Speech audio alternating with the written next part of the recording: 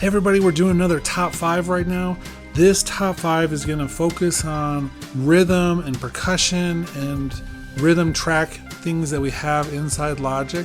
So for any of you who are creating beats or making songs that have a rhythmic aspect to them, we're going to look at my top 5 favorite ways to be able to work with beats and things like that inside Logic. Now that being said, it's a little bit more casual. We're going to really get down and dirty here while we're on this break from everything in the world happening right now. I hope that this is a nice distraction for you at this time. So jump right in. Make sure if you have something else you want to share that you leave some ideas in the comments below. That way we can have a cool conversation about this.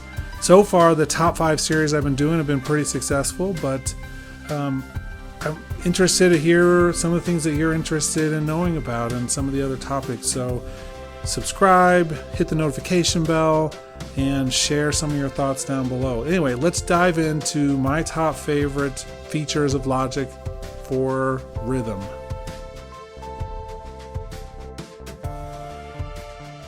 So let's take a look at these 5 things that we're going to be talking about. The first one, and these are all things that we can use to incorporate additional rhythm, different effects, plugins, etc. The one thing we're not going to be talking about is the Drummer app, because inside Drummer we have all the percussion tools, the auto drummer, all of that, but that's a little bit more obvious. I want to do some things which are less obvious. So these are the other, past the drummer track, 5 things that I recommend for using with rhythm inside Logic. These are my top 5 things. First thing we're going to talk about is the delay designer.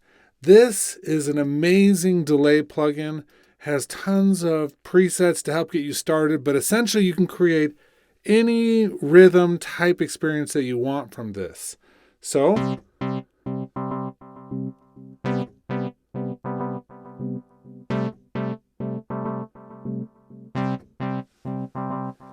and we can do this with any instrument input. We can do a vocal. There's so many different things we can have with this in terms of building things in. It has pitch shifting.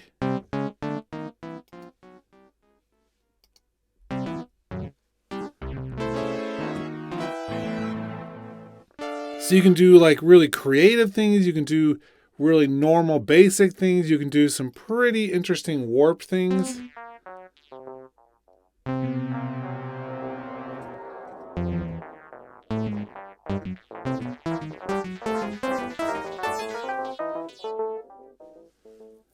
And it's really easy to use. We have these different items that we can control. Each of them we can place where they are in time and how much they're going to be doing, or in this case, the frequency. And it's really easy once you get into it. So this is my number one thing. I love the delay designer for adding rhythmic elements to things. Next, we have Apple Loop. Now with the Apple Loop, let me unmute this one. It's not exactly the loops that I'm thinking of for this. We have tons of loops, thousands, tens of thousands of loops that come with Logic. But once we have them, we have one of my favorite features, which is convert to new sampler track. We'll do this with transient markers, one-shot loops. Now I've got this entire instrument programmed out on my MIDI keyboard.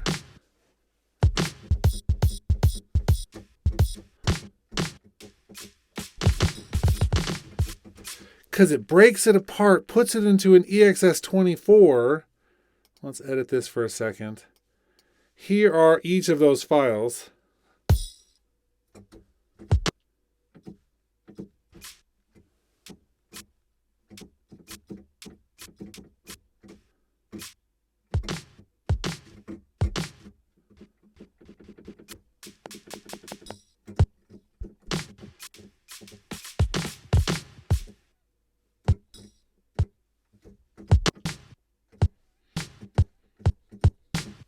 And you can create a whole new rhythm based off of any of the Apple loops. So sure, the Apple loops are great, but now we can come through and create a whole new rhythm, whole new beat with each of them using this feature.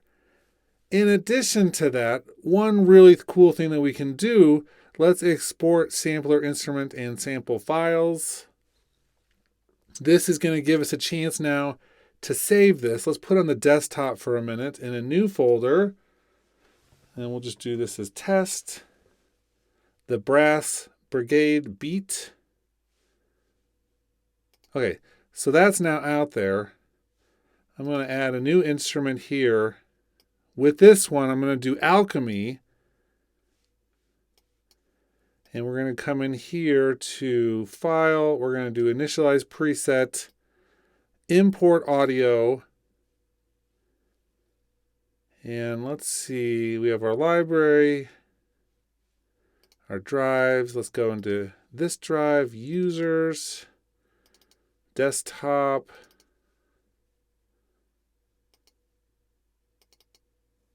Here's our test folder, instrument. We're going to do this as unlimited, and we can either do it as a sampler or a granular or a spectral. We can do all of these. Let's do granular for a minute. Import. And so now I've got all of this.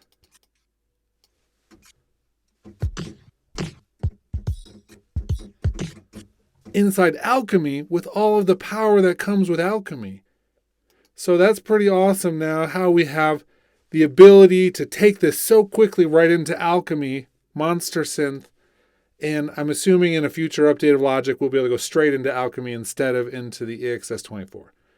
Okay, so that is the next one, Apple Loops with all of the tools associated with convert to sample instrument.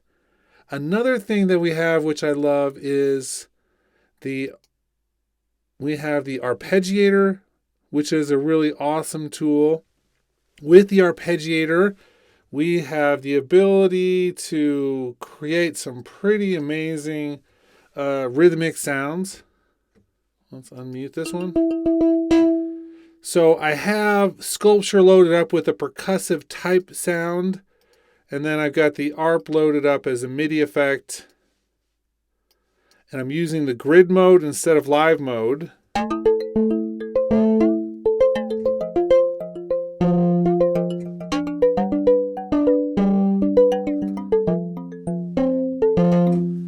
So you can create endless rhythms in here. You can use the presets that come with this. You can do things that incorporate chords as well as individual notes.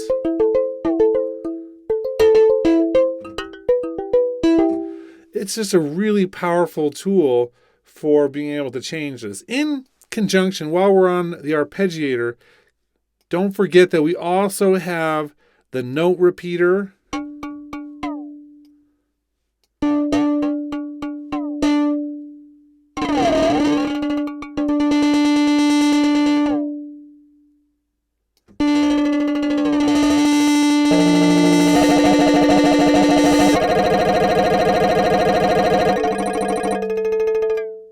Okay, so we can create really complex things with this. In addition to that, of course, we can do things like the modulator here, where we have our note repeater, and we're going to just really quickly assign this LFO to our delay amounts.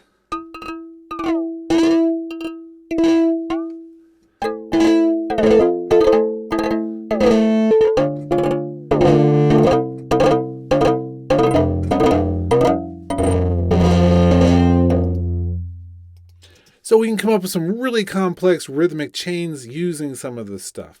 So that's pretty cool. Another thing that we have, which I really like, would be our vocoder.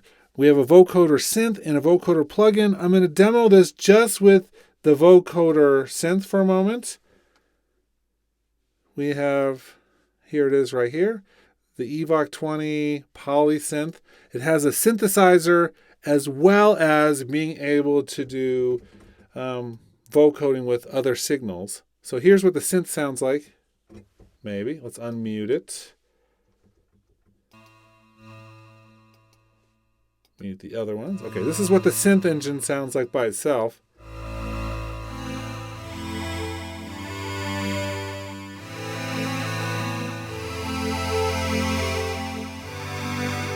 And you can obviously change that. It's a full synthesizer.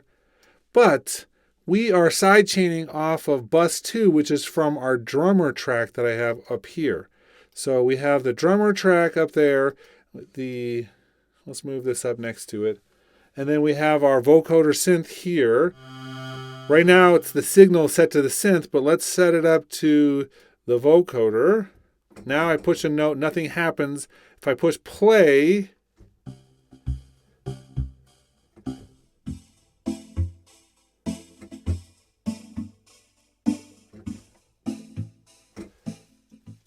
and this is coming from this drummer.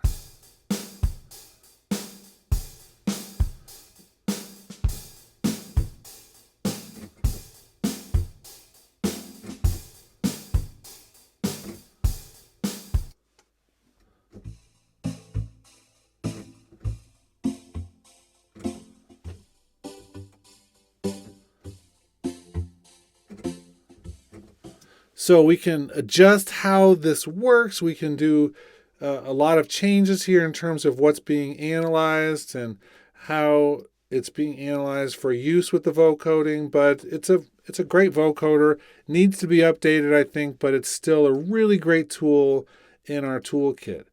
The next thing that I want to look at is our step effects. This is another one of my new favorites from the last year or so.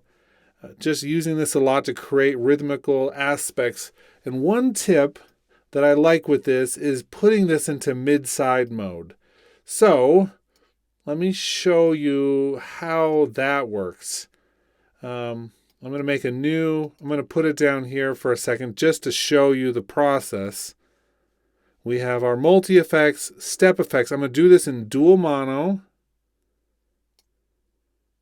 Dual mono is one of the ways I work anyway, a lot of times, so I can put different step effects on left and right, or I can couple them together if I want. But with this, you can make really an interesting stereo image, or I can come in here to my settings mode, put this into mid-side, and now this mode is adjusting the mid part of our signal. That's everything that's the same in both left and right. So that's a center part of the image. And then I can add a different set of settings for things that are different in both channels and go out in the stereo image. So that the way that this ends up sounding, let's come back up to this one here, unmute it.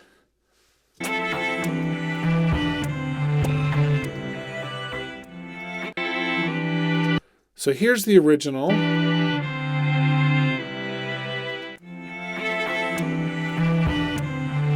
Now, this is just the step effects plugin on this, no other effects at all.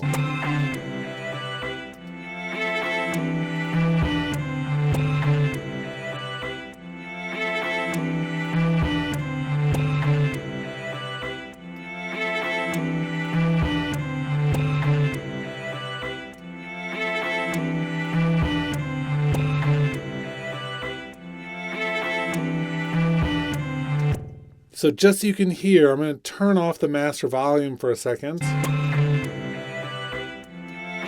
So now you're hearing just the mid and the center.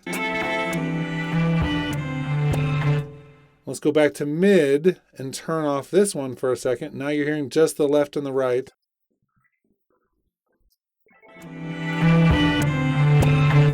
A combination of the two can really make your mix or this particular track sound so wide. It's really interesting and great way to do it. So those are my top 5 things. The delay designer, using the Apple loops and export to sampled instrument, the arpeggiator plus other MIDI effects, the vocoder and the vocoder synth, and the step effects. A couple other things that I thought were really interesting would be some of the other instruments that we have. For instance, we have, sculpture here. This has some amazing rhythmic instruments. Let me unmute this.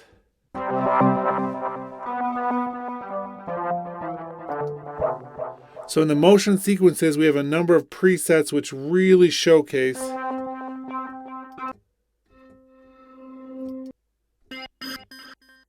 some of these are delay based. Some of these are morph based. So let's see if we can find one of them that has the morph. So this one has a morph path.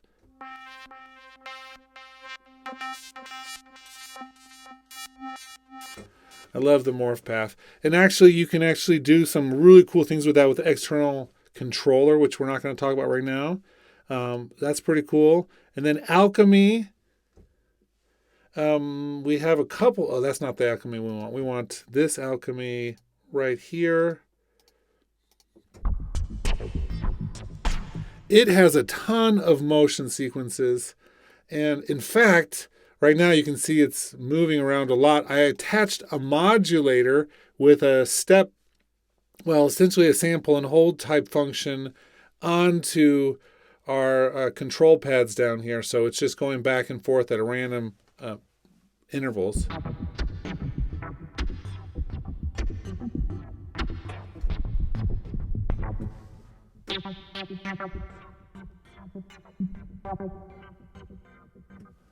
So you get really interesting, unpredictable results in this way, but another great way to add some motion into whatever you're doing, some rhythmical aspects to it. Okay, those were the honorable mentions. I think overall, there are so many ways to create motion in your projects, and these are just 5 and a couple of my very favorite, my top ones. There are other ones. If you're thinking of some ways to create motion in your projects, put them in the comments below. I'd love to hear some of your ideas for this.